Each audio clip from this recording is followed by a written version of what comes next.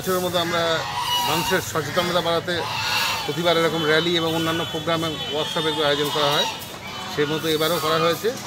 এবারে বিশেষভাবে তাৎপর্যপূর্ণ, কারণ করোনা ঘাতক রোগ। এই করোনার আবহে আমাদের কিন্তু অন্যান্য যে অসুখগুলো আছে, যেমন টিউবারকুলোসিস, HIV, এগুলো কিন্তু ভুলে গেলে চলবে না। আমি একটা ছোট পরিসংখ্যান দিচ্ছি। আমাদের এখানে টোটাল জেনারেল 650 জন পেশেন্টকে HIV পরীক্ষা করা হয়েছিল, তার মধ্যে 9 জন পজিটিভ, অর্থাৎ কিন্তু এর প্রকোপ ভালো রকমই আছে। অ্যান্টিনাটাল মাদার যারা প্রেগন্যান্ট মহিলা, তাদের 304 জনের পরীক্ষা করা হয়েছিল, তার মধ্যে 3 জনের পজিটিভ, অর্থাৎ এই কেস কিন্তু আমাদের এই সমাজের মধ্যে রয়েছে।